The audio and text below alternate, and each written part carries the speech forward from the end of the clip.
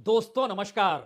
सरकारी exit poll आपने देख लिया और इस एग्जिट पोल की जानकारी हमने आपको कल ही दे डाली थी और इस बात का खुले तौर पर जिक्र किया था कि इस एग्जिट पोल में जो न्यूज़ चैनलों में दिखाए जाएंगे उसमें कोई भी न्यूज़ चैनल अपने एग्जिट पोल में बहुमत के 272 के जादुई आंकड़े के नीचे बीजेपी को नहीं रखेगा।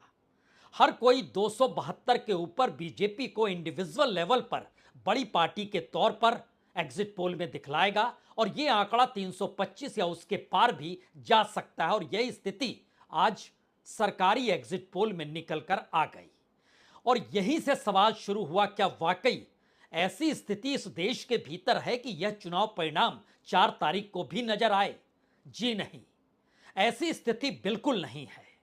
इस देश की सामाजिक आर्थिक परिस्थितियां हो, इस देश के भीतर में पहली बार प्रधानमंत्री नरेंद्र मोदी के चेहरे पर तनाव हो, इस देश के गृह मंत्री अमित शाह जगह जगह अपने सीटों को जुगाड़ के लिए और वोटों के जुगाड़ के लिए हर जगह मैनेज करते हुए दिखाई दे रहे हों और आखिरी दौर में उन्होंने राजा भैया को भी मैनेज कर लिया। ये सब कुछ आपने इस दौर में देखा।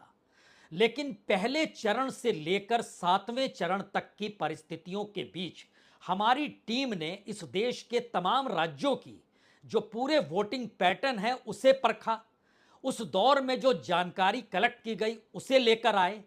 उसमें एक तस्वीर राज्य दर राज्य जो साफ निकल कर आ रही है, इस देश के भीतर में 272 के जादुई आंकड़े तक कोई पॉलिटिकल पार्टी पहुंचने की स्थिति में बिल्कुल नहीं है। आप कहेंगे जब तमाम न्यूज़ चैनल या सरकारी एग्जिट पोल के जरिए जब हर किसी ने दिखला दिया और पिछली बार भी तो यही दिखाया गया था, तो फिर पिछली बार क्या वाकई ऐसा तनाव सरकार के साथ जुड़ा हुआ था? जो परसेप्शन 2019 का था क्या इस दौर में था? अगला सवाल कोई भी कहेगा कि तब फिर इसे दिखाने की जरूरत सरकारी एग्जिट पोल के जरिए क्यों पड़ी? तो इसकी बड़ी बड़ी वजह होती है। उसकी वजह शायद भारत को एक बाजार में तब्दील करते हुए भी देखी जा सकती है। आज शनिवार का दिन है, सोमवार को बाजार खुलेगा, करोड़ों के वारे न्यारे शेयर बाजार में होंगे और फिर मंगलवार को चुनाव परिणाम आएगा।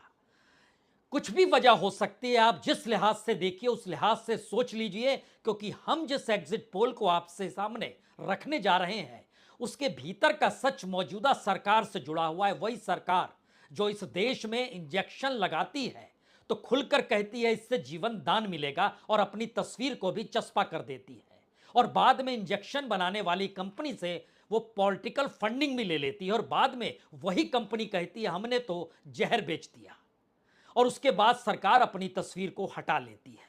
कब क्या कैसे किस रूप में हो जाए यह कोई नहीं जानता है। तो इस एग्जिट पोल यानी सरकारी एग्जिट पोल से इतर आज नई परिस्थिति को समझने की कोशिश कीजिए, क्योंकि कर्नाटक के भीतर, राजस्थान के भीतर, महाराष्ट्र के भीतर, उत्तर प्रदेश के भीतर और बिहार के भीतर इन तमाम जगहों पे जो राजनीतिक उथल पुथल जमीन पर दिखाई दी उसने आंकड़ों के लिहाज से बीजेपी के गले की सांसों को रोक दिया है। राजनीतिक तौर पर बीजेपी सत्ता तक पहुंचेगी या नहीं पहुंचेगी यह तो आप 4 तारीख को जानेंगे, लेकिन एग्जिट पोल के जरिए एक बात बहुत साफ तौर पर निकल कर आ रही है कि दरअसल अगर प्रधानमंत्री मोदी दोबारा या तिबारा इस बार जब प्रधानमंत्री बनेंगे तो वह उस मजबूती के साथ बिल्कुल नहीं बनेंगे जिस मजबूती के साथ 2014 और 2019 में थे, यानी उनकी डोर कहीं और होगी। उस डोर का मतलब यह होगा कि इस सत्ता के जरिए जो सत्ता सरकार में आ रही है उसके जरिए आने वाले वक्त में किसे क्या क्या काम करवाने हैं यह सब कुछ आपको नजर बहुत जल्दी आने लगेगा इस तीसरे टर्म के दौर में। लेकिन यह एग्जिट पोल क्या वाकई बीजेपी को कितनी सीटें देता है और इस एग्जिट पोल में जिन 5 राज्यों का हमने नाम लिया वहां पर क्या कुछ होने वाला है, इन बातों को जिक्र नहीं करें बल्कि हमें लगता है कि सीटों के आसरे चलते चले जाइए। सबसे बड़ा घाटा अपने अपने टर्म में जरा देखते चले जाइएगा, क्योंकि कर्नाटक में सबसे बड़ा झटका लगने वाला है, उत्तर प्रदेश और बिहार में झटका लगने वाला है, राजस्थान में झटका लगने वाला है और ये 4 राज्य तो खास तौर से बहुत साफ तौर पर हैं। अगर राजस्थान से बात शुरू की जाए और ये आपसे कहा जाए कि राजस्थान के भीतर 7 सीट तो पक्की है और उसके अलावे 6 सीट ऐसी है जहां पर पता नहीं क्या हो जाए। तो उसके शुरुआत में एक बात दिमाग में रख लीजिए, हमारी टीम ने जो एनालिसिस किया उसमें तकरीबन 70 सीटें फंसी हुई हैं और वो 70 सीटों का जिक्र बीजेपी के हक में सरकारी एग्जिट पोल में दिया गया है। यानी अगर बीजेपी सरकारी एग्जिट पोल में 325 पार है तो इन 70 सीटों को अगर माइनस कीजिएगा तो वह 272 के नीचे खुद ब खुद आ जाएगी। दक्षिण भारत में पहली बार आहट करती हुई बीजेपी दिखाई दे रही है, लेकिन वह सिर्फ वोटों के परसेंटेज के साथ। वो केरल में वोटिंग परसेंटेज बढ़ेगा, तमिलनाडु में बढ़ेगा, आंध्र प्रदेश में बढ़ेगा, लेकिन सीटें यहां पा पाए यह बहुत मुश्किल सवाल है। एक सवाल और है, इससे पहले हम राज्यों पर जाएं, उससे पहले एक सवाल यह है, दरअसल यह इलेक्शन क्षत्रपों के लिए मुश्किल घड़ी है। इस क्षत्रपों के खत्म होने की राजनीति की शुरुआत 2024 के चुनाव से होगी, इससे इनकार बिल्कुल नहीं किया जा सकता है। अगर आप जम्मू कश्मीर से देखें तो महबूबा मुफ्ती के लिए सबसे मुश्किल काम, उसके बाद वहां से चलकर जब आप बिहार पहुंचेंगे तो नीतीश कुमार के लिए वाकई बहुत मुश्किल दौर। जब उसके बाद की परिस्थिति को आप टटोलना शुरू करेंगे तो जो महाराष्ट्र में बैठे हुए एकनाथ शिंदे हों या अजीत पवार हों, उसको छोड़ दीजिए।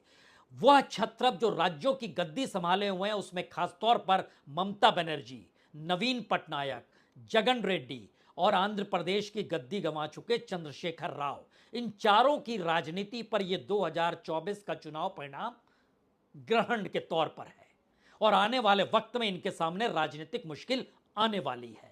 तेजस्वी और अखिलेश यादव की राजनीतिक जमीन मजबूत रहेगी। उन्होंने जिस रास्ते को और हिंदी पट्टी में पकड़ा, यह एक बहुत बड़ी बात है। लेकिन कांग्रेस के लिए चेतावनी बहुत साफ तौर पर है कि दक्षिण के आश्रय जिस लिहाज से राहुल गांधी चलते हैं, उसमें उनके लिए मुश्किल सबब वहां पर बीजेपी के वोट बैंक का बढ़ना है और उसमें सेंध अगर लगने लगेगी या वो सामने खड़ी हो जाएगी तो फिर समझना होगा कि उत्तर भारत को या हिंदी पट्टी को कांग्रेस या राहुल गांधी नेग्लेक्ट नहीं कर सकते हैं। अब जरा इस सिलसिले पर आइए, राजस्थान से हम शुरुआत करते हैं। बाड़मेर, जैसलमेर, झुंझुनू, चूरू, करौली, धौलपुर, दौसा, टोंक, सवाई माधेपुर और नागौर की सीट जो कि हनुमान बेलीवाल लड़ रहे थे, इन तमाम जगहों पर कांग्रेस की जीत लगभग पक्की है। जो बाकी की 6 सीट जिसका जिक्र हम कर रहे हैं, जो अटकी हुई है, वो भरतपुर है, वो भीलवाड़ा है, वो टोंक है, वो अजमेर है, वो जोधपुर है, वो उदयपुर है। इन जगहों पर चीजें अटकी हुई हैं, लेकिन 7 सीट पक्की है।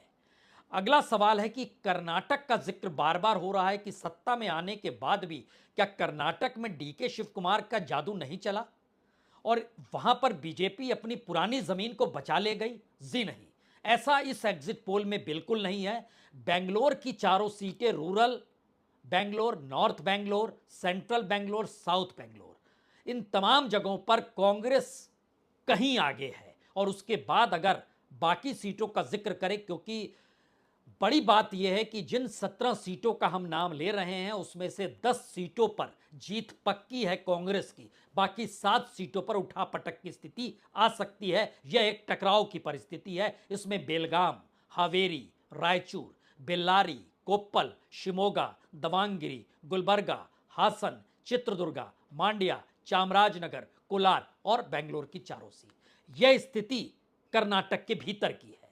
अगला सवाल महाराष्ट्र के भीतर का था कि महाराष्ट्र में क्या वाकई एक बड़ा उथल पुथल देखने को मिल सकता है? यकीनी तौर पर महाराष्ट्र एक ऐसे राज्य के तौर पर है जहां कांग्रेस को बहुत लाभ, शिवसेना उद्धव ठाकरे को बहुत लाभ और शरद पवार की पार्टी को भी लाभ। यह तीनों लाभ की स्थिति ऐसी बन रही है जहां पर महाराष्ट्र के भीतर यह 30 से 35 सीट जीतने की स्थिति में है और दूसरी तरफ वो 15 से 18 सीट के बीच में चीजें अटकी हुई हैं।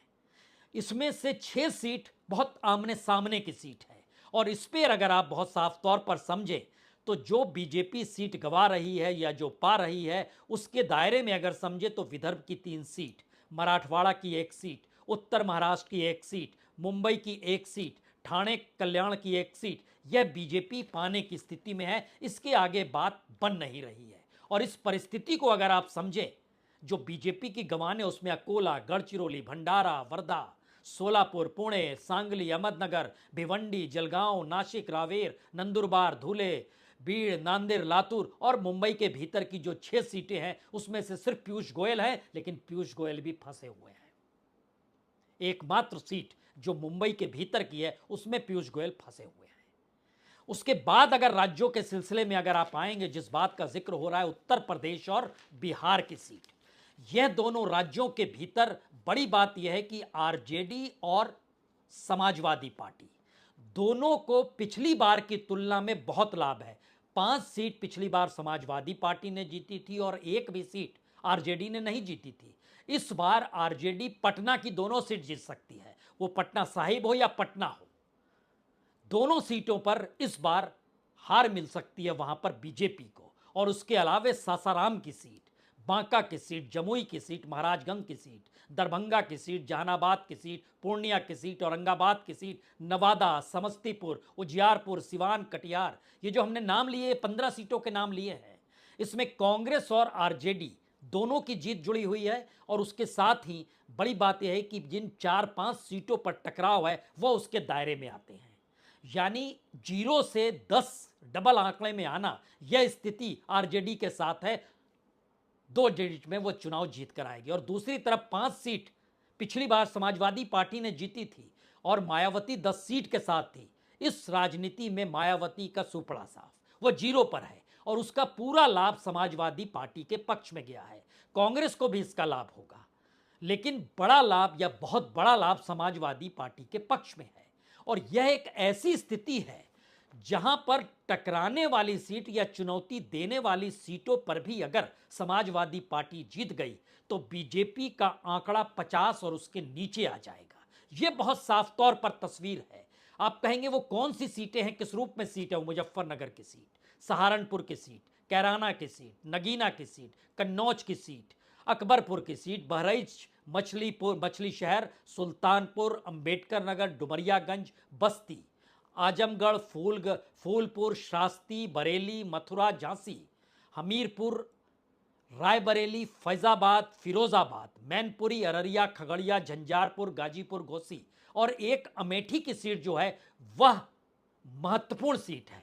वहां पर स्मृति ईरानी है और वो सीट पर माना जा रहा है कि स्मृति ईरानी बहुत कम वोटों से, यानी मार्जिन का संकट है वहां पर, लेकिन रायबरेली की सीट राहुल गांधी जीत रहे हैं। यह बहुत साफ तौर पर है। मार्जिन हो सकता है बहुत बड़ा ना हो, लेकिन वह 1 लाख के लगभग तो रहेगा ही। लेकिन दूसरी तरफ अगर स्मृति ईरानी जीतती है तो चंद हजार में वो बात सिमट कर रह जाएगी, अगर जीतती है तो। लेकिन वो टकराव की स्थिति में वह एक कदम आगे है। यह है, इसका मतलब है कि समाजवादी पार्टी यानी अखिलेश यादव, तेजस्वी यादव, इनकी राजनीति अपने तौर पर मौजूद है। यहां पर एक सवाल और महत्वपूर्ण है। इस एग्जिट पोल के भीतर हेमंत सोरेन भी जेल में और केजरीवाल भी जेल में। केजरीवाल बाहर निकल आए और कहा गया कि जेल की शिक्षों के पीछे की उनकी तस्वीर राजनीतिक तौर पर दिल्ली और पंजाब में आम आदमी पार्टी को जिता देगी, और दूसरी तरफ अपने तौर पर हेमंत सोरेन का जेल में रहना, आदिवासियों का वोट उनको मिल जाएगा। हुआ यही है। दरअसल जेल में छूटने के बाद आम आदमी पार्टी को केजरीवाल से फायदा नहीं हुआ, जो फायदा उनको अपनी पत्नी के जरिए चुनाव प्रचार में हो रहा था, और इसका खामियाजा कहीं ना कहीं दिल्ली और पंजाब पर भी पड़ा है। लेकिन इसमें एक बात और भी है, पंजाब के भीतर उतना लाभ आम आदमी पार्टी को नहीं जो कि एक बड़े पार्टी के तौर पर निकल सकती थी वहां पर, जबकि कांग्रेस ने अपनी जमीन बचा ली और जो पुरानी 2 सीटें जहां पर बीजेपी थी उसने भी बचा ली। लेकिन अकालियों के प्रति राय इस दौर में खराब है। आम आदमी पार्टी को लेकर बहुत सारे सवाल हैं पंजाब के भीतर, लेकिन बीजेपी की एंट्री बतलाती है कि जो किसानों के आंदोलन और उसके बाद जो आक्रोश था, जिस हरियाणा और पंजाब का जो जिक्र होता है, उस दायरे में कहीं ना कहीं बीजेपी के थामने की स्थिति में वो आकर खड़ी हो गई। तो पंजाब और हरियाणा कमोवेश सटे हुए हैं, लेकिन पंजाब के भीतर 8 सीटें जो पिछली बार कांग्रेस जीती थी वो अपनी सीटें बरकरार रख रही है।